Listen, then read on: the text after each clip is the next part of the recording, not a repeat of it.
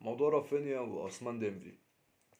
عثمان ديمبلي جاله عرض من بايرن ميونخ ب 70 مليون يورو زائد ساديو ماني، لان اداره بايرن ميونخ عايزه تتخلص باي شكل من الاشكال من ساديو ماني، لان ساديو ماني راتبه عالي. عمل مشكله الشهيره مع ليروي ساني لما خبطوا بالبنيه في وشه بين بعد الماتش بتاع مانشستر سيتي في دوري ابطال اوروبا. فتوماس توخل عايز يتخلص منه هو اداره بايرن ميونخ بقياده اوليفر كان. الفكره بتاعت عثمان ديمبلي ان انا ليه مش عايز الفريق يتخلى عن عثمان ديمبلي. اولا لسببين. اول سبب، انت عندك لاعب تاني ممكن يتباع يجيب نفس القيمه، وهو اللي متقدم له 3 عروض على الترابيزه كده من انديه الدوري الانجليزي. والكلام هنا عن رافينيا اللي عنده 3 عروض من نيوكاسل وارسنال وتشيلسي، وهيبقى عليه مزاد في الصيف. بدايه العروض اللي جايه من الدوري الانجليزي بادئه ب 80 مليون يورو، وده العرض اللي قدمه رسمي لحد دلوقتي نيوكاسل يونايتد لفريق برشلونه.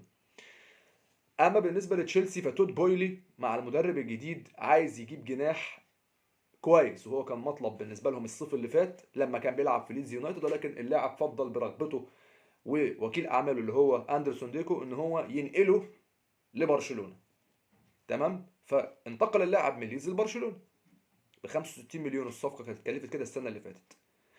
فتشيلسي رجع السنه دي يدور على رافينيا تاني لما عرفوا ان برشلونه في حاجه انها تبيع عشان خاطر تقدر تسجل عقود اللعيبه اللي زي جافي واراوخو، وحتى لما تفكر ان هي ترجع عن طريق شرط من شروط الليجا ليونيل ميسي الصيف ده.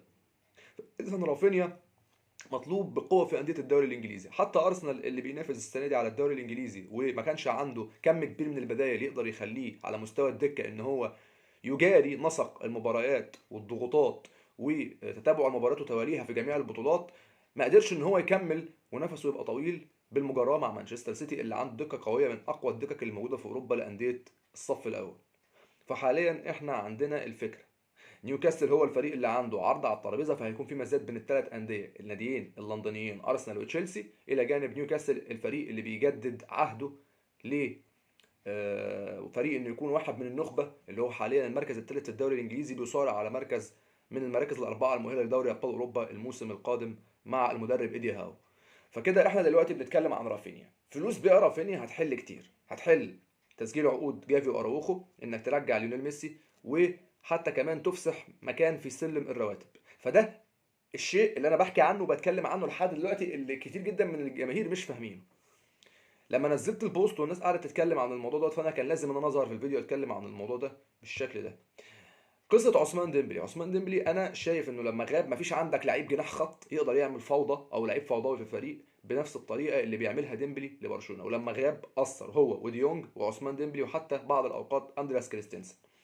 الناس بتتكلم هنا عن فكره انت ليه عايز ديمبلي ده، انه ديمبلي لعيب كان عنده كتير جدا من الاصابات. انا ماليش دعوه بعثمان ديمبلي ايام ما كان لسه شاب مراهق، انا ليا دعوه بعثمان ديمبلي اول لما اتجوز في اخر سنتين بمعنى صح اللي كانوا موجودين في عهد تشافي هرنانديز. اتصاب اصابه واحده بس، 3 اشهر شهرين. مفيش لعيب في الدنيا معصوم من الاصابات يعني.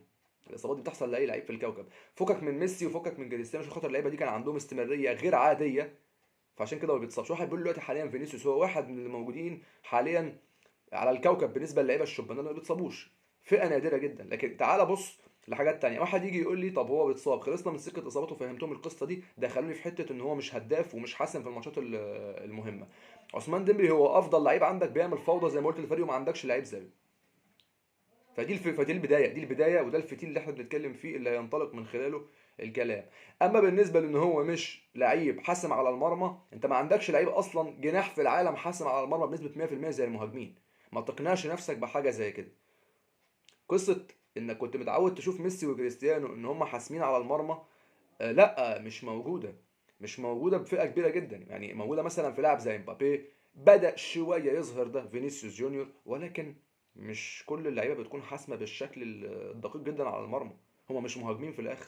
تعال قارن واحد زي ديمبلي بليروي ساني ولا سيرجي جنابري، او حتى في فتره من فترات فرانك ريبيري، ما كانش حاسم على المرمى.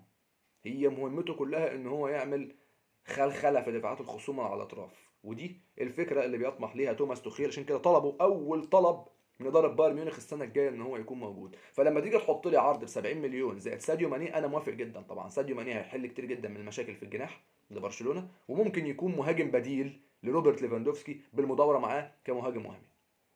تعال بقى نخش في القصه اللي الناس كانت بتتكلم فيها، وهي القصه بتاعت انا عايز رافائيل لياو وعايز مش عارف كذا. ليه انا مفضل بيع برناردو سيلفا، قصدي بيع رافينيا؟ اول حاجه فلوس بيع رافينيا ممكن لو وصلت ل 80 90 مليون او 100 مليون بالمزاد ممكن في الصيف عليه. انت ممكن بفلوس تشتري برناردو سيلفا ب 80 مليون ويتبقى 20 مليون ممكن تستخدمها في حاجات تانية.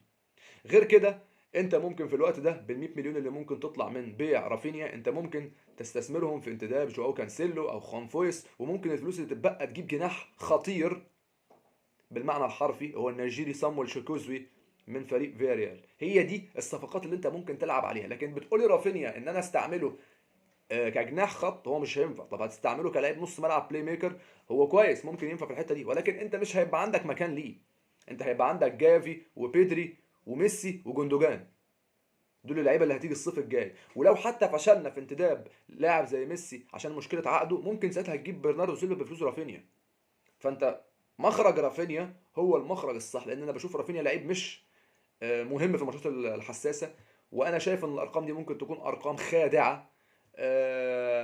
وفي نفس الوقت هو مش اللعيب اللي انا شايفه برضه جوده برشلونه. انا عارف انك هتقولي ده اول موسم وبتاع والكلام ده كله، لكن انا شايف في الواحد ضد واحد مش اللعيب اللي يصنع الفارق.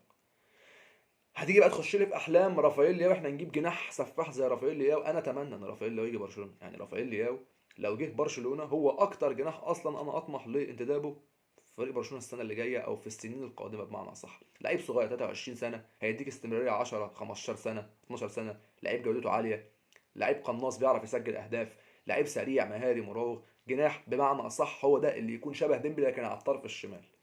لكن فلوسه غاليه، يعني ثمنه اقل تكلفه هتبقى 120 150 مليون. ممكن ساعتها نحتاجه ان احنا نجيبه برضه عن طريق نفس الحل بانك تبيع رافينيا، لان رافينيا ممكن يدخل 100 او 80 مليون. في الوقت ده ممكن تستعمل مصاريف بيع فرانكيسي، وممكن كمان تحط عليها مصاريف بيع ايريك جارسيا وتتفاوض مع الميلان وتجيبه ب 120 150 130 140 مليون. اما بالنسبه اللي انتوا بتحكوا فيه ده مش هينفع انه يتم. انا شايف ان عثمان ديمبلي ما ينفعش انه يخرج من الفريق الا لما تامن مكانه بلعيب جناح بنفس الطريقه بتاعته ونفس الفورمه بتاعته.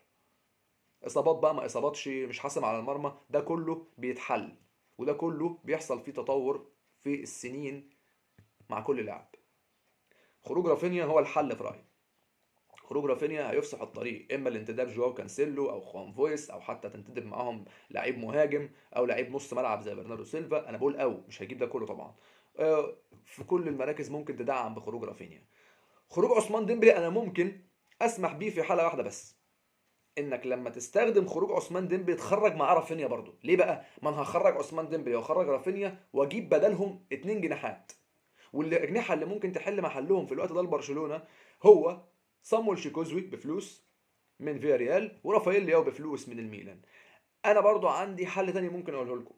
لعيبه زي اللي بيطمح توماس توخل مع اداره البايرن ان هو يسرحهم في الصيف زي سيرجي جنابري او ساديو ماني، اللعيبه دي ممكن تيجي لبرشلونه بفلوس بيع رافينيا بس. يعني رافينيا لو جاب 80 مليون او 100 مليون، سيرجي جنابري 48 مليون من البايرن او 50، نفس الكلام ساديو ماني اقل من بكده طبعا عشان خاطر سنه كبير شويه، تقدر تجيبه لبرشلونه. وينفع ان هم يلعبوا في منظومه برشلونه، لان تشافي لما جه وتعاقد معاه خوان لابورتا كان بيرى ان جنابري جوده ممكن نرفع لبرشلونه، ولكن كان ساعتها اللاعب بيطلع نار من بقه مع هانز فليك حرفيا، فما كانش هينفع ان حد يفرط فيه. لكن توماس توخيل ابدى كذا مره رغبته في ان هو عايز يتخلى عن لاعبين من الاطراف، في حين ان هو هيطمح ساعتها في انتداب ماركوس تورام، او حتى زي ما اتكلم على عثمان ديمبلي، وحتى كمان في كلام على كولو مواني. فعشان كده الفريق ممكن يستفاد من سوق بايرن ميونخ في الصيف. ولكن انا برضو ما زلت عند رايي ان خروج رافينيا هو الحل الافضل لتدعيم برشلونة الموسم القادم. ده رأيي طبعا، الى جانب خروج فرانك كيسي ممكن قدوم سفيان مرابط، الى جانب طبعا خروج لعيب زي ايريك جارسيا، ماركوس الونسو، وانتداب ايفان انديكا او في محور الدفاع. كل ده هنشوفه، ولكن انا بتكلم في الوقت ده كان عن فكرة رافينيا ولا عثمان ديمبلي اللي يتباع وانتداب مين. سلام.